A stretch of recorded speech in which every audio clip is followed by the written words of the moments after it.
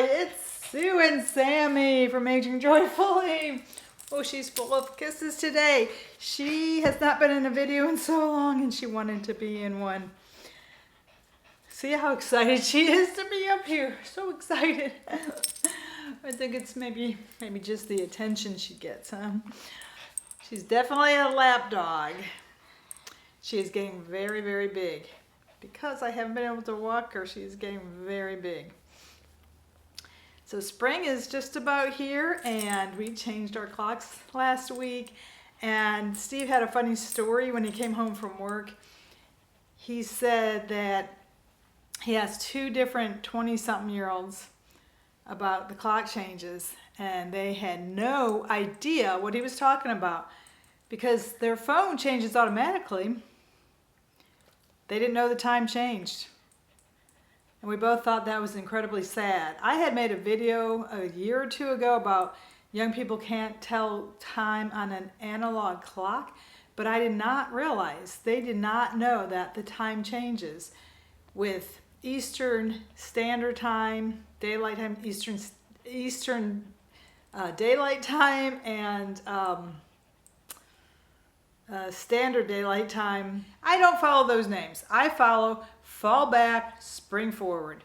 That's the only important thing to me. That is what reminds you of which way to change your clocks. Fall back, spring forward. I don't really care if it's Eastern Standard Time or Daylight Savings Time. One day, we're not going to do this at all. This causes multiple health problems, especially in older people, and trying to adjust to the new time. Causes a lot of confusion. I remember when we lived in Indiana, me and my family growing up, they didn't change the clocks. They kept them the same all year, so the other states around Indiana would change it, and that caused more confusion. Lots and lots of confusion. I believe when Steve lived in Arizona, it was the same. He did not change the clock at all. They stayed the same. So the time change causes a lot of confusion.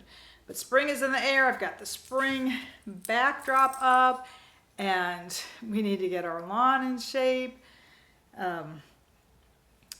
I changed all my clothes out from my winter clothes to my spring clothes. I have on my spring Be Kind shirt. This is made in Georgia. It's by a young woman who happens to be on the spectrum. She doesn't make the shirts, but her mother started the business because when she was in school, she was so tired of being told what she couldn't do. She said, what can she do?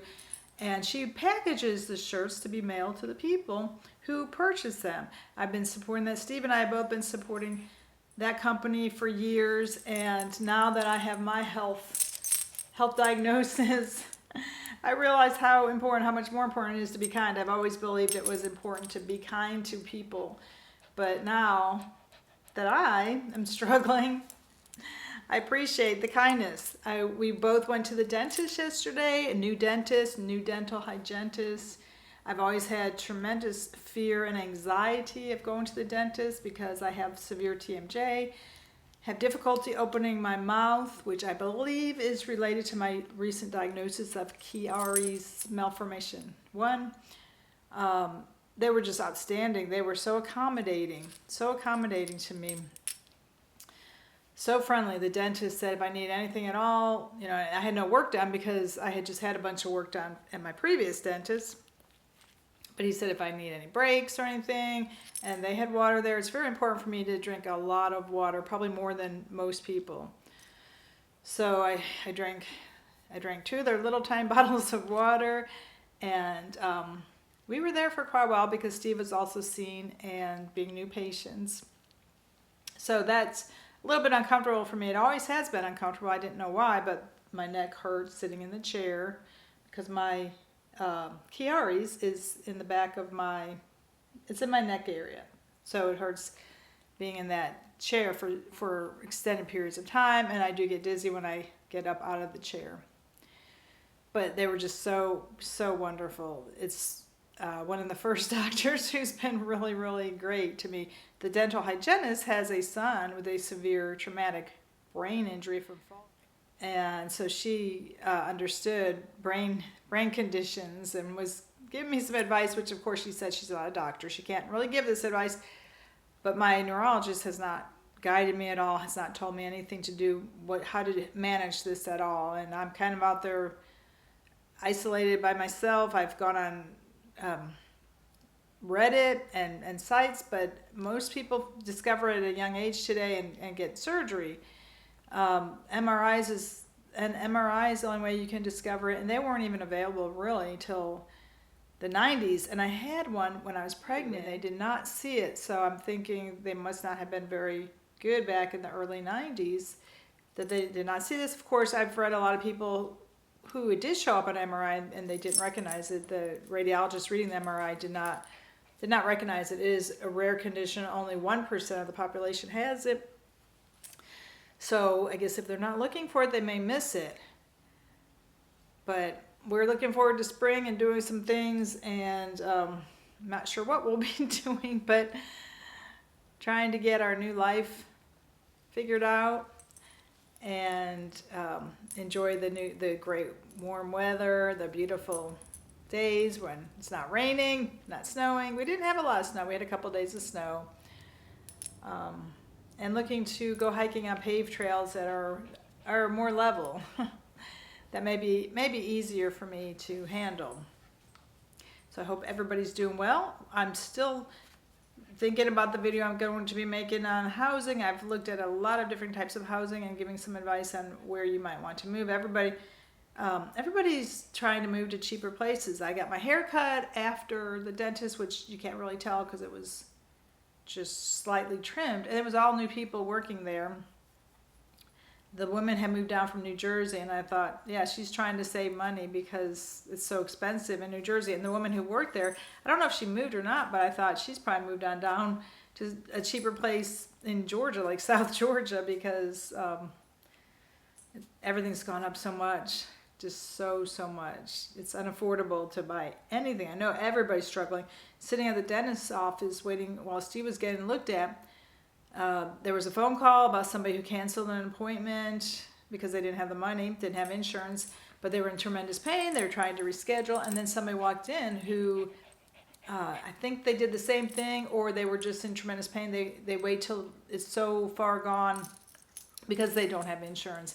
And I just thought how incredibly sad. I mean, we didn't have insurance briefly. So we had waited a year to go to the dentist.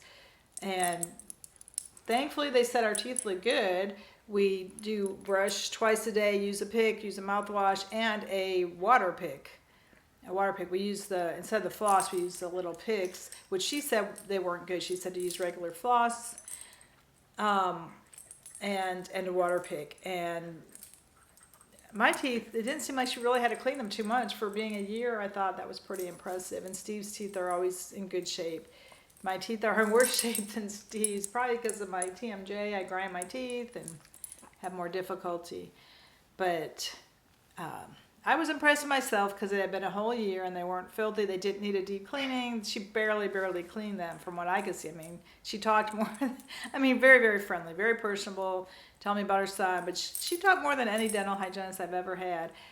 But I find they don't really spend a lot of time cleaning my teeth, so I have to think they're in pretty good shape because they don't seem like they have to put a lot of effort into it. They didn't bleed at all. My gums didn't bleed. So I was happy. I was happy with myself. Sammy, her breed, the Papillon, they tend to have teeth issues. You're supposed to brush them, I don't know how often, but she does not like me brushing them. So it's very hard, but they do have teeth issues. That's the one negative about Papillons.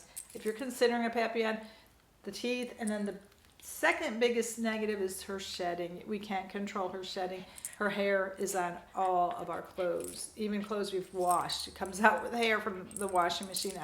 I can't get them out of the washing machine.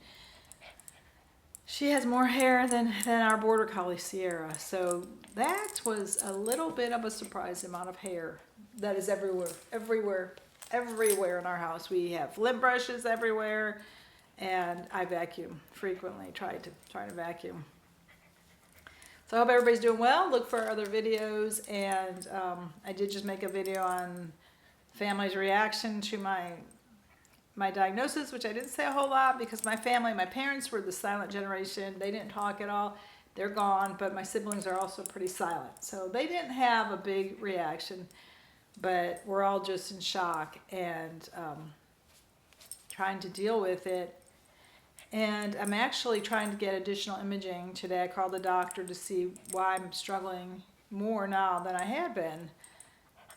There's conditions that can develop after Chiari, that since I've had it so long, I may be developing this secondary condition.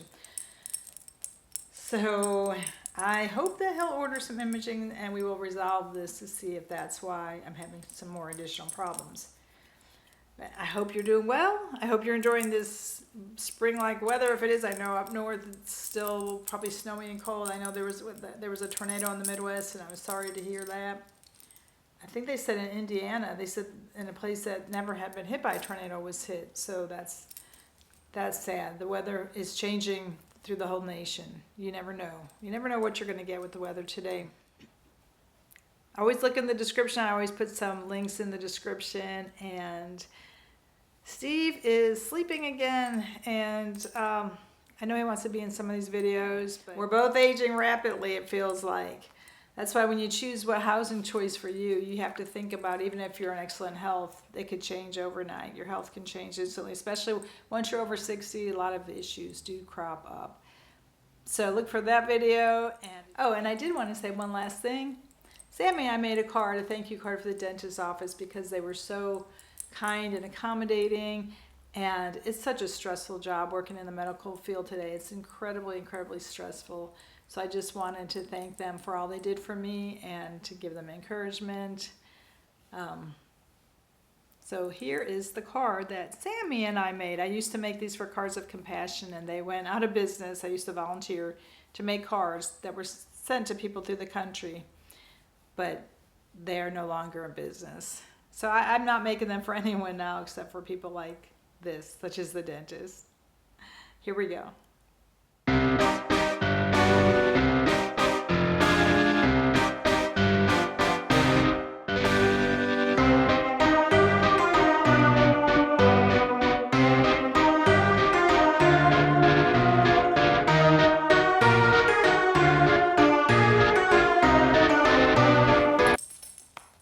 Can't be sad with Sammy in the house. Nope. Can't be sad with Sammy. No. And until I see you again, take it easy.